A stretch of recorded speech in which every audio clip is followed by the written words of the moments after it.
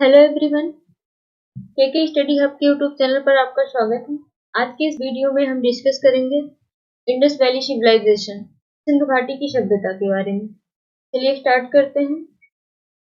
सबसे पहले हम यह जानेंगे सिंधु घाटी सभ्यता को सिंधु घाटी सभ्यता कहते क्यों हैं। तो सिंधु घाटी सभ्यता को सिंधु घाटी सभ्यता क्यों कहते हैं? क्योंकि सबसे ज्यादा नगर जो थे सिंधु घाटी सभ्यता के सिंधु नदी के किनारे पाए गए, इसलिए इसे सिंधु घाटी सभ्यता कहते हैं। सिंधु घाटी सभ्यता के जो सबसे ज्यादा नगर थे वो सिंधु नदी के किनारे मिले, इसलिए यह सिंधु घाटी की सभ्यता कहते हैं। इसे हड़प्पा सभ्यता भी कहते हैं। हड़प्पा सभ्यता क्यों कहते हैं?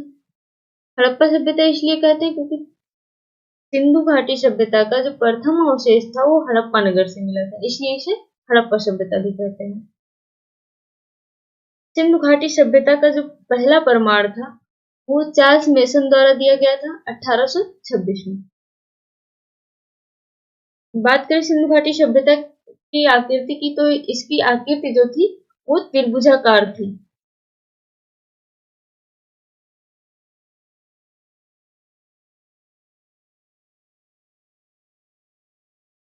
सिंधु घाटी सभ्यता जो थी वो भारत में पहली नगरीय सभ्यता थी। यहाँ के लोग पक्के मकानों में रहना आरंभ कर दिए थे और इसे कांस्ययुगीन सभ्यता भी कहते थे। सिंधु घाटी सभ्यता को कांस्ययुगीन सभ्यता भी कहते थे। कांस्ययुगीन सभ्यता क्यों कहते थे?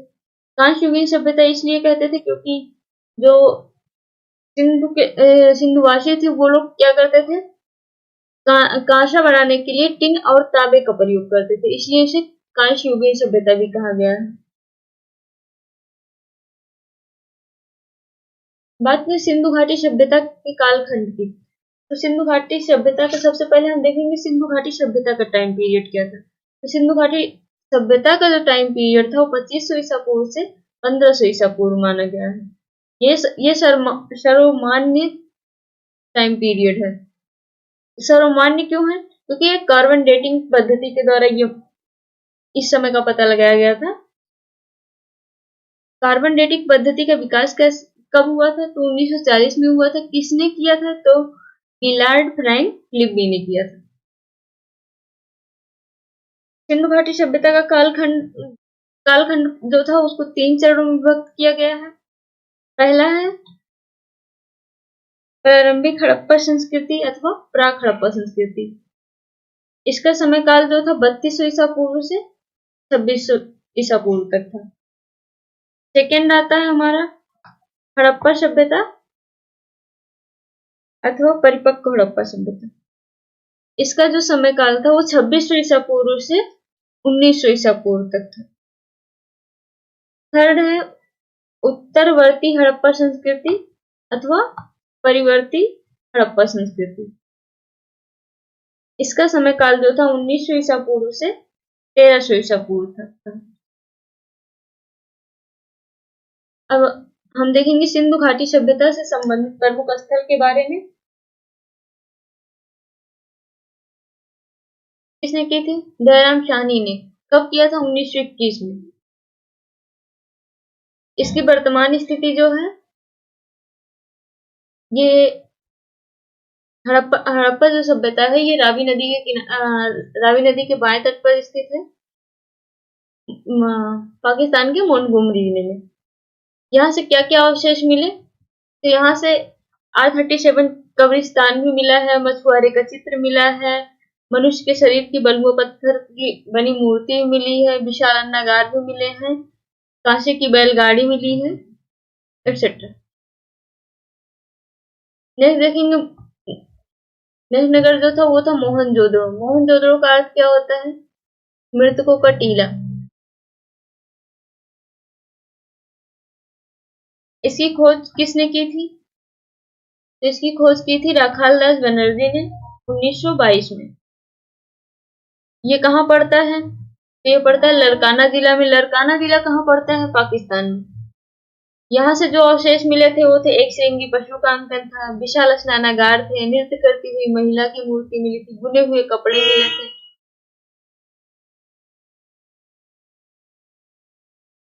नेक्स्ट जो है हमारा सूतकांगे डोर। सूचकांगे डोर की खोज किसने की थी? तो सूचकांगे डोर की खोज जो की थी आयरनस्टाइन ने 1927 में की थी।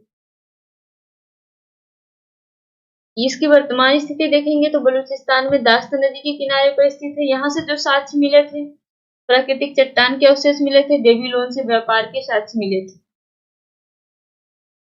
नेक्स्ट देखेंगे चन्नू दड़ो।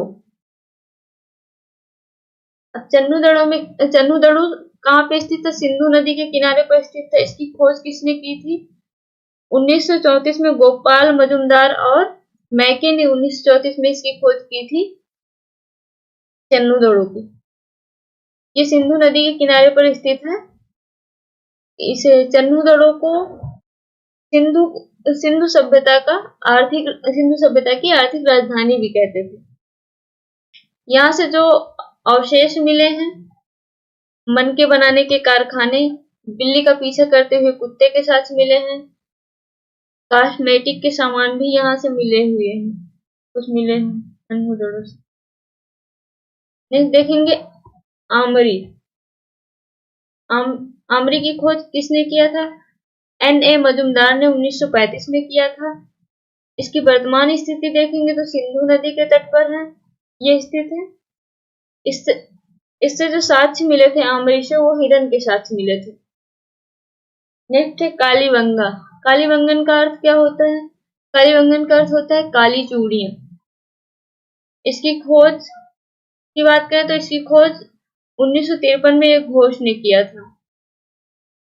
इसकी वर्तमान स्थिति जो है वो राजस्थान के हनुमानगढ़ जिले में घग्गर नदी के किनारे पर स्थित है।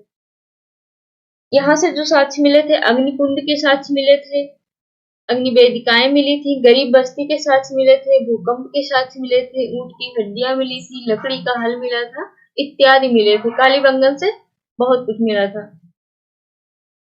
नेक्स्ट जो स्थल वो है लोथल। लोथल कौन सी नदी के किनारे पर स्थित है? तो भोगवा नदी के किनारे पर स्थित है। भोगवा नदी कहाँ पे है? तो गुजरात में है। इसकी खोज किसने की थी? तो 1957 में रंगनाथ राव ने इसकी खोज की थी। इसकी वर्तमान स्थिति जो देखें, ये कहाँ पर स्थित है अभी? तो ये गुजरात में भोगवा नदी के किनारे पर स्थित है। यहाँ से जो साक्ष्य मिले हैं, हाथी के दांत, 3 युगल अली समाधियां, 3 युगल समाधियां मतलब जहाँ 300 एक साथ दफनाए गए हों, चालाक लोमड़ी के साक्ष्य मिले थे, द्विमुख वाले राक्षस के साक्ष्य मिले। नेक्स्ट है सुरकोटदा। सुरकोटदा की खोज किसने की थी? जेपी जोशी ने 1964 में की थी।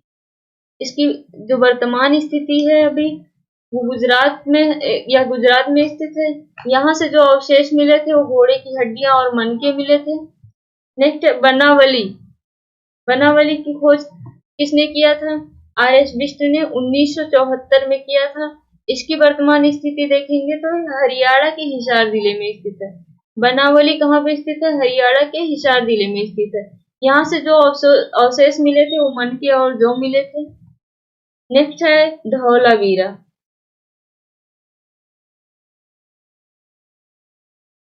धौलावीरा की खोज की बात करें तो धौलावीरा की खोज रविंद्र सिंह बिष्ट ने की थी। R.S. बिष्ट ने 1985 में किया था।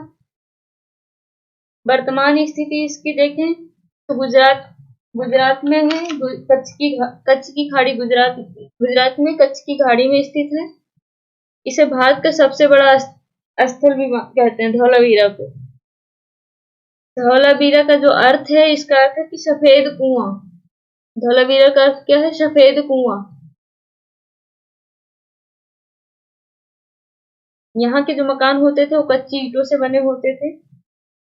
यहाँ से क्या क्या साक्ष्य मिले थे? तो यहाँ से जल निकासी प्रबंधन मिला था, जल कुंड मिला था। अब सिंधु घाटी सभ्यता में नगर नियोजन देखेंगे तो यहाँ पे ग्रिड पद्धति थी।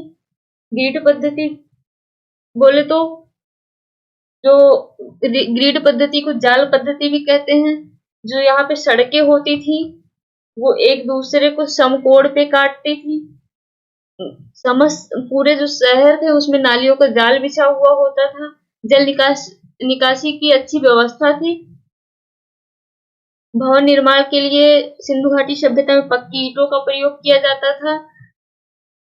सिंधु घाटी सभ्यता में जो थे घर में रसोई और स्नानागार भी होते थे। नगर जो होते थे सिंधु घाटी सभ्यता के, वो दो हिस्सों में विभाजित होते थे। पश्चिमी टीला जिसे दुर्ग कहा जाता था, और एक होता था पूर्वी टीला जिसे निचला नगर कहा जाता था। दुर्ग किसे कहा जाता था? पश्चिमी टीला को क्यों कहा जाता था? क्योंकि जिस टीले की ऊंचाई, जो टीला होता था उसकी ऊंचाई जहां ज्यादा होती थी, जब ऊंचाई ज्यादा होती थी तो उसे दुर्ग कहा जाता था। जहां पूर्वी टीला ऊंचाई वहां पे कम होती थी, टीले की ऊंचाई कम होती थी, इसलिए उसे निचला शहर कहा जाता था। सामाजिक स्थिति की बात करें तो जो सिंधु घाटी सभ्यता का जो सिंधु घाटी सभ्यता थी वो मात्र सत्तात्मक थी। ये विद्वानों का मत है। विद्वानों ने समाज को 4 वर्गों में विभक्त किया था: विद्वान, योद्धा, श्रमिक और व्यापारी। ये लोग शाकाहारी और मांसाहारी दोनों तरह के भोजन का प्रयोग करते थे। ये जो थे ऊनी वस्त्र और सूती वस्त्रों का भी प्रयोग करते थे। महिलाएं और पुरुष जो थे वो आभूषण पहनते थे। सिंधु घाटी सभ्यता के लोग शांति प्रिय थे। शांति प्रिय क्यों थे? क्योंकि यहाँ से कोई इस तरह के साक्ष्य नहीं मिले, तलवार, ढाल या कोई शस्त्र नहीं मिले हैं, इसलिए ये सिंधु घाटी सभ्यता के लोग शांति प्रिय लोग थे। आर्थिक स्थिति की बात करें तो ये लोग कृषि वस्तुओं जैसे जौ, चावल, गेहूं, मटर, सरसों, इन सब का अत्यधिक उपयोग करते थे। सिंधु घाटी सभ्यता के स्थलों से जुटे हुए खेत के भी साक्ष्य मिले हैं। साथ में 2 फसलें बोए जाने के भी साक्ष्य मिले हैं। जो सिंधु घाटी सभ्यता के लोग होते थे वो एक साथ में 2 फसलें उगाते थे। हड़प्पा सभ्यता जो थी ये कांस्य युगीन सभ्यता थी। कांसा बनाने के लिए तांबे और टिन को 9:1 के अनुपात में मिलाया जाता था। हड़प्पा सभ्यता के लोग लोहे का प्रयोग नहीं करते थे, मतलब इससे परिचित ही नहीं थे। तो संभवतः उन्हें तलवार के विषय में भी जानकारी नहीं थी।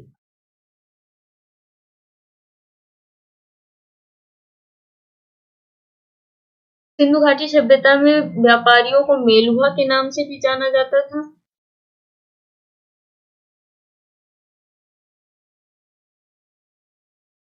लोथल में सिंधु घाटी सभ्यता कालीन फारस की मोहरें प्राप्त हुई हैं तथा कालीबंगा से बेलनाकार मोहरें प्राप्त हुई हैं।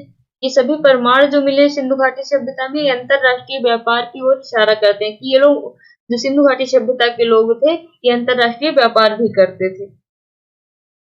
अब सिंधु घाटी सभ्यता का पतन कैसे हुआ? तो सिंधु घाटी सभ्यता के पतन के लिए विभिन्न विद्वानों का विभिन्न मत है, बहुत सारे मत हैं। सिंधु घाटी सभ्यता का लगभग 1800 ईसा पूर्व में पतन हो गया था, परंतु इसके पतन के कारण अभी भी विवादित है। विवादित क्यों? क्योंकि किसी को पता नहीं चला अभी तक, वहां की जो लिपि है वो पढ़ी नहीं जा सकी है, इसलिए लोगों को पता नहीं है। एक सिद्धांत यह भी कहता है कि इंडो यूरोपियन जनजातियों जैसे आर्यों ने सिंधु घाटी सभ्यता पर आक्रमण कर दिया तथा उसे हरा दिया। कुछ विद्वानों का यह मत है कि आर्य आए और सिंधु घाटी सभ्यता पर आक्रमण किया और जो सिंधुवासी थे और सिंधु सभ्यता में जो लोग रहते थे वहां के लोगों को उन्हें हरा दिया, इससे सिंधु घाटी सभ्यता का पतन हो गया। परंतु सिंधु घाटी सभ्यता के बाद की जो संस्कृति है उसमें कुछ तत्व ऐसे पाए गए जिनसे सिद्ध होता है कि यह सभ्यता आक्रमण के कारण एकदम विलुप्त नहीं हुई थी। बहुत से पुरातात्विद सिंधु घाटी सभ्यता के पतन का कारण प्रकृति जन्य मानते हैं, जैसे भूकंप, बाढ़।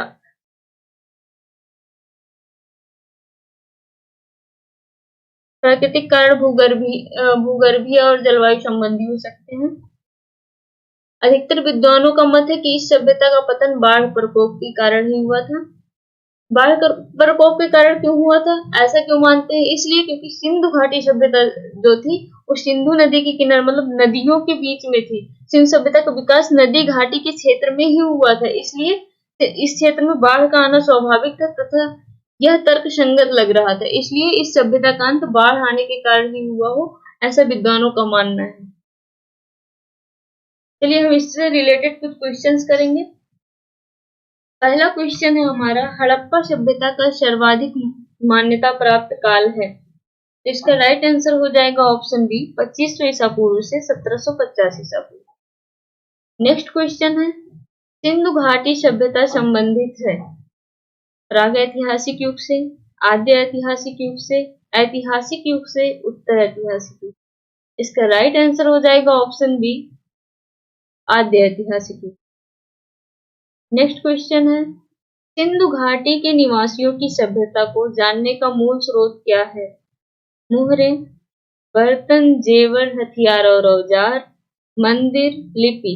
इसका राइट आंसर हो जाएगा ऑप्शन बी, बर्तन, जेवर, हथियार और औजार।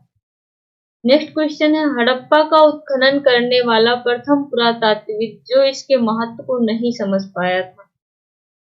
Alexander Cunningham, sir John Marshall, Mortimer Wheeler, George Dales. इसका राइट आंसर हो जाएगा option A, Alexander Cunningham. Next question है, सिंधु घाटी सभ्यता निम्नलिखित में से किस सभ्यता के समकालीन नहीं थी? मिस्र की सभ्यता, मेसोपोटामिया की सभ्यता, चीन की सभ्यता, ग्रीक की सभ्यता। इसका राइट आंसर हो जाएगा ऑप्शन डी, ग्रीक की सभ्यता। निम्नलिखित में से कौन हड़प्पा और मोहनजोदड़ो के उत्खनन से संबंधित नहीं थे? Are D Banerjee, K N Dikshit, M S Vats, B A Smith. इसका राइट आंसर हो जाएगा option D, B A Smith. Next question है, निम्नलिखित में से कौन सा एक हड़प्पा स्थल नहीं है? चन्हुदड़ो, कोटदीजी, सोहगौरा, देशलपुर। इसका राइट आंसर हो जाएगा option C, Sohgaura. Next question है, हड़प्पा सभ्यता विस्तृत थी, तो हड़प्पा सभ्यता कहाँ कहाँ विस्तृत थी? पंजाब, राजस्थान, गुजरात। इसका राइट आंसर हो जाएगा ऑप्शन डी, पंजाब, राजस्थान, गुजरात, उत्तर प्रदेश, हरियाणा, सिंधु और बलूचिस्तान। नेक्स्ट क्वेश्चन है, मोहनजोदड़ो का अर्थ है, मोहनजोदड़ो का अर्थ क्या है? मृतकों का टीला, महान नगर, काले रंग की चूड़ियां, उपरोक्त में से कोई नहीं। इसका राइट आंसर हो जाएगा ऑप्शन ए, मृतकों का टीला। नेक्स्ट क्वेश्चन है, मोहनजोदड़ो निम्नलिखित में से कहां पर स्थित है? भारत के गुजरात राज्य में, भारत के पंजाब राज्य में, पाकिस्तान के सिंध प्रांत में, अफगानिस्तान में। इसका राइट आंसर हो जाएगा ऑप्शन सी, पाकिस्तान के सिंध प्रांत में। नेक्स्ट क्वेश्चन है, सिंधु घाटी सभ्यता के विकसित अवस्था में निम्नलिखित में से किस स्थल से घरों में कुओं के अवशेष मिले हैं? हड़प्पा, कालीबंगा, लोथल, मोहनजोदड़ो। इसका राइट आंसर हो जाएगा option D, Mohenjodaro. Next question है, हड़प्पा स्थल कोटदीजी उस सभ्यता के निम्नलिखित में से किस प्रमुख स्थल के समीप है? हड़प्पा, मोहनजोदड़ो, लोथल, कालीबंगा। इसका राइट आंसर हो जाएगा option B, Mohenjodaro. Next question है, सिंधु घाटी सभ्यता में कालीबंगन निम्नलिखित में से किसके लिए प्रसिद्ध है? चट्टान कटौती की वास्तुकला, बंदरगाह, कपास की खेती, मिट्टी के पात्र। इसका राइट आंसर हो जाएगा ऑप्शन डी, मिट्टी के पात्र। नेक्स्ट क्वेश्चन है, धौलावीरा जिस राज्य में स्थित है वह है? Option A Gujarat, Haryana, Punjab, Rajasthan. इसका राइट आंसर हो जाएगा ऑप्शन ए, गुजरात। नेक्स्ट क्वेश्चन है, हड़प्पा संस्कृति के स्थल एवं उनकी स्थितियों संबंधी निम्नलिखित युग्मों में से कौन एक सही सुमेलित नहीं है? तो कौन सा सही सुमेलित नहीं है? आलमगीरपुर उत्तर प्रदेश, बनावली हरियाणा, दायमाबाद महाराष्ट्र, राखीगढ़ी राजस्थान। तो राखीगढ़ी राजस्थान में नहीं स्थित है। इसका राइट आंसर हो जाएगा ऑप्शन डी, राखीगढ़ी। राखीगढ़ी कहाँ पे स्थित है? हरियाणा के हिसार जिले में स्थित। नेक्स्ट क्वेश्चन है, किस हड़प्पाई स्थल से फारस की मुद्रा प्राप्त हुई? ऑप्शन ए है लोथल, बनावली, बालाकोट, रंगपुर। इसका राइट आंसर हो जाएगा option A Lothal. Next question है, सुरकोटडा की खोज किसने की थी? Yagyadatt Sharma, Ranganath Rao, JP Joshi, RS. बिष्ट। इसका राइट आंसर हो जाएगा option C JP Joshi. Next question है, सिंधु घाटी सभ्यता गैर आर्य थी क्योंकि? गैर आर्य क्यों थी? वह नगरीय सभ्यता थी, उसकी अपनी लिपि थी, उसकी खेतिहर अर्थव्यवस्था थी, उसका विस्तार नर्मदा घाटी तक था। इसका राइट आंसर हो जाएगा ऑप्शन ए वह नगरीय सभ्यता थी। नेक्स्ट क्वेश्चन है, निम्नलिखित में से कौन सी सभ्यता अपने नगर नियोजन के लिए प्रसिद्ध है? तो कौन सी सभ्यता अपने नगर नियोजन के लिए प्रसिद्ध? सिंधु घाटी सभ्यता, मेसोपोटामियाई सभ्यता, फारस सभ्यता, मिस्र सभ्यता। इसका राइट आंसर हो जाएगा ऑप्शन ए सिंधु घाटी सभ्यता। नेक्स्ट क्वेश्चन है, आमरी। आमरी जो हड़प्पा सभ्यता का एक स्थल है, किस प्रांत में स्थित है? बलूचिस्तान, सिंध, गुजरात, राजस्थान। इसका राइट आंसर हो जाएगा ऑप्शन बी सिंध।